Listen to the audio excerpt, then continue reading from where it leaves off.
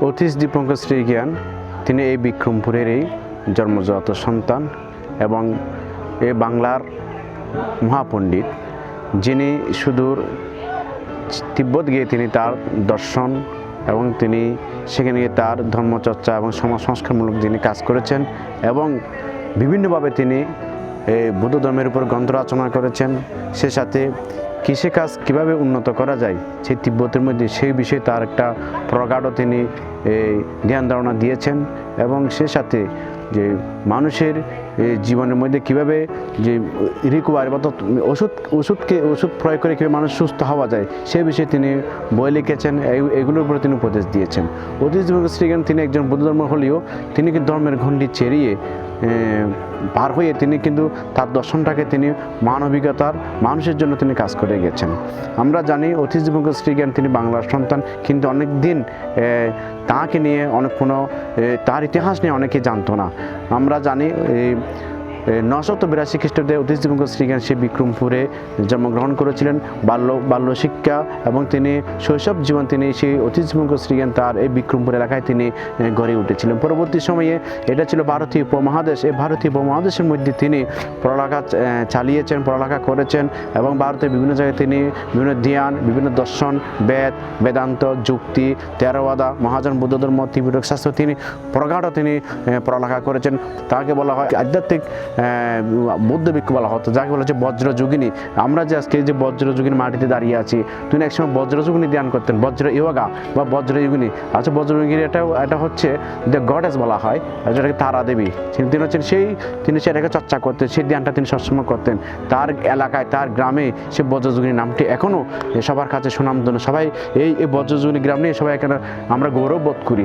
আমরা এই বজ্রযোগিনী নামটা নিয়ে আমরা সবাই সম্মান বোধ করি। এই বজ্রযোগিনী হচ্ছে পবিত্র মাটি। সে অতীশ দীপঙ্কর আমাদের কাছে অনেকের কাছে অজানা ছিল। এই গ্রামের সন্তান যোগেন্দ্রনাথ গুপ্ত, এই বিক্রমপুরের সন্তান। তিনিও 1809 সালে একটি বই লিখেছিলেন বিক্রমপুরের ইতিহাস, রামপালের ইতিহাস। এই ইতিহাসের মধ্যে তিনি অতীশ দীপঙ্কর শ্রীজ্ঞান সম্পর্কে প্রগাঢ় তিনি ধারণা দিয়েছেন। অতীশ দীপঙ্করের জন্ম, অতীশ দীপঙ্করের পিতার নাম, অতীশ দীপঙ্করের গোষ্ঠী এবং অতীশ দীপঙ্করের বাড়ি কোথায় তিনি সম্পূর্ণ একটা ধারণা দিয়েছেন। এই ধারণার উপরে অনেক গবেষণা, অনেক প্রত্নতাত্ত্বিক পর্যালোচনা পরে অতীশ দীপঙ্কর শ্রীজ্ঞানের যে বাস্তববিটা বা যেখানে জন্মভূমি এটাকে আইডেন্টিফিকেশন করার মাধ্যমে আমাদের মহামান্য মহাসংজ্ঞানিক বিশুদ্ধানন্দ মহাতেরো তিনি 1878 খ্রিস্টাব্দে সুদূর চীন থেকে তার দেহবর্ষম তিনি চুয়ানলাই প্রেসিডেন্ট থেকে তিনি সেই দেহবর্ষমগুলো নিয়ে এসেছিলেন।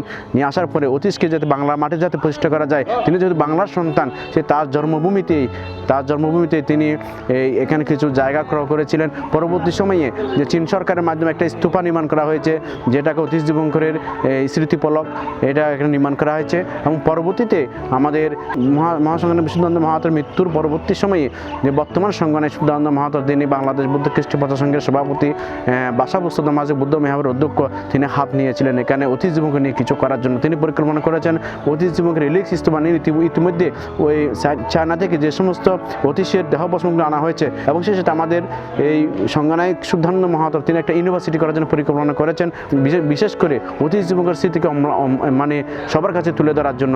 অতীশ হচ্ছে আমাদের বৌদ্ধদের নয়, অতীশ হচ্ছে সবার, হিন্দু মুসলমান, এটা বাঙালির কৃতি সন্তান, এটা বাঙালির গৌরব। তিনি এই বাংলার মাটি থেকে তিনি সুদূর চায়না গিয়ে, তিব্বতে গিয়ে, ভুটানে গিয়ে তিনি যে ধর্ম প্রচার করেছিলেন, তিনি বই লিখেছেন, সাহিত্য রচনা করেছেন। তিনি আমাদের গৌরব, তিনি আমাদের পিতা, তিনি আমাদের সাহিত্যের একজন জ্ঞান ভাণ্ডার, তিনি পণ্ডিত। তার দর্শন শুনে মানুষ তার দর্শন চর্চা করে আজকে তিব্বতের মতো, চায়নার মতো দেশে তারা আলোকিত হয়েছেন, তারা সমৃদ্ধ হয়েছেন। তার বইগুলো এখন আমাদের বাঙালিদের একটা যে সূর্য সন্তান, তার দর্শনকে আমাদের অবশ্যই প্রতিপালন করা দরকার, তার দর্শনকে আমাদেরকে স্মরণীয় করা দরকার। আমরা চাই, সবার সহযোগিতা চাই ভবিষ্যতে যাতে অতীশ দীপঙ্করের মাটির জন্মভূমি যাতে আরও উত্তর শ্রীবৃদ্ধি লাভ হয়, যাতে এখানে ইউনিভার্সিটি তথা ইতিহাসে সবাই আসে, বিশ্বের নানা প্রান্ত থেকে এসে এই জায়গা যাতে আরও উত্তর মানে শ্রীবৃদ্ধি হয়, সেটা আমাদের প্রত্যাশা। অতীশ দীপঙ্কর বাংলাদেশ এবং বিক্রমপুর মুন্সিগঞ্জের গর্ব।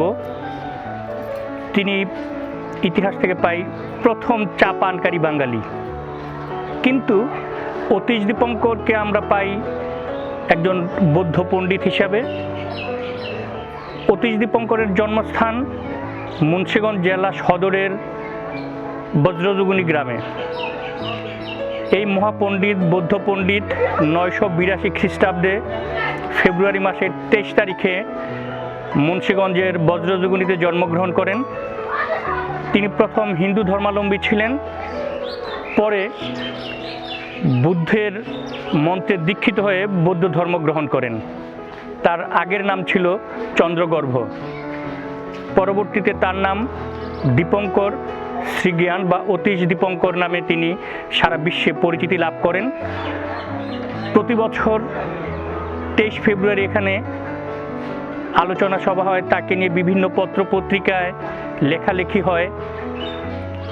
তিনি বৌদ্ধ ধর্ম প্রচারের জন্য প্রাচীন বিক্রমপুর থেকে সুদূর চীন, বার্মা, থাইল্যান্ড, শ্রীলঙ্কা সফর করেন এবং বিভিন্ন এলাকায় তিনি বৌদ্ধ ধর্ম প্রচার করেন। তিনি নালন্দা বিশ্ববিদ্যালয়, বিক্রমপুরী মহাবিহার সহ বিভিন্ন বিহারে তিনি অধ্যয়ন করেছেন এবং শিক্ষা দিয়েছেন এবং মহাপরিচালকের দায়িত্ব পালন করেছেন। তিনি বৌদ্ধদের ধর্ম চীনের, আজকে আমরা চীন, জাপান, কোরিয়া, থাইল্যান্ড, বার্মায় প্রচুর বুদ্ধিস্ট দেখি, কিন্তু তাদেরকে শিক্ষা দেওয়ার জন্য, তাদের বৌদ্ধ ধর্ম শেখানোর জন্য আমাদের এই মুন্সিগঞ্জের বিক্রমপুরের সন্তান অতীশ দীপঙ্কর ওই সকল দেশ পরিভ্রমণ করেছেন এবং বৌদ্ধ ধর্ম প্রচার করেছেন। মহামতি বৌদ্ধের পরেই বৌদ্ধ ধর্মাবলম্বীরা আমাদের বিক্রমপুরের সন্তান, আমাদের মুন্সিগঞ্জের সন্তান অতীশ দীপঙ্করকে ভক্তি এবং শ্রদ্ধা করে। 1982 সালে তৎকালীন সরকার মুন্সিগঞ্জের বজ্রযোগিনীতে অতীশ দীপঙ্করের জন্মভিটায়, ওই যে আমাদের পাশে একটি লাল চারকোণাকৃতির চাইনিজ ডিজাইনের একটি মন্দির দেখতে পাচ্ছি, সেখানে স্মৃতিস্তম্ভ নির্মাণ করে পরবর্তীতে চীন সরকার এবং বাংলাদেশ সরকারের সার্বিক সহযোগিতায় একটি প্রায় 52 ফুট উঁচু একটি স্মৃতিসৌধ, স্মৃতিস্তম্ভ নির্মাণ করা হয়। এখানে গৌতম বুদ্ধ, আমাদের প্রিয় অতীশ দীপঙ্করের, আমাদের শ্রদ্ধাশীল অতীশ দীপঙ্করের, আমাদের গর্ব অতীশ দীপঙ্করের দেহভস্য রাখা হয়েছে। প্রতি বছর এখানে পৃথিবীর বিভিন্ন দেশের বৌদ্ধ পণ্ডিতরা, বৌদ্ধ ভিক্ষুরা মুন্সিগঞ্জের বজ্রযোগিনীতে আসেন। তারা এখানে এসে অবস্থান করেন। তারা বিভিন্নভাবে এখানকার মানুষদের সচেতন করেন এবং এই এলাকার উন্নয়নে তারা কাজ করেন, সরকারকে সহযোগিতা করেন। আজকে এই এলাকা, আমাদের এখানে বৌদ্ধ পণ্ডিত অতীশ দীপঙ্করের নামে একটি বিশ্ববিদ্যালয় হওয়া প্রয়োজন, একটি হাই স্কুল হওয়া প্রয়োজন, একটি কলেজ হওয়া প্রয়োজন। অতীশ দীপঙ্কর যেমন তার জ্ঞানের দ্বীপ বিক্রমপুর থেকে সারা বাংলাদেশ থেকে এশিয়ার বিভিন্ন অঞ্চলে পাঠিয়েছেন, প্রচার করেছেন। আমাদেরও বিশ্বাস অতীশ দীপঙ্করের নামে মুন্সিগঞ্জে একটি অন্তত বিশ্ববিদ্যালয় হবে, যা আমাদের জরুরি এবং হওয়া প্রয়োজন। বিগত সরকারের সময়, বিভিন্ন সরকারের সময় 1982 সাল থেকে আজ পর্যন্ত বাংলাদেশের প্রত্যেক সরকার অতীশ দীপঙ্করের এখানে বড় বড় মন্ত্রী, এমপি এবং রাজনৈতিক ব্যক্তিরা এসেছেন এবং অতীশ দীপঙ্করের স্মৃতি রক্ষার্থে এই স্মৃতি মন্দির করছেন। তবে দীর্ঘদিন বেঁচে থাকবেন অতীশ দীপঙ্কর আমাদের মাঝে।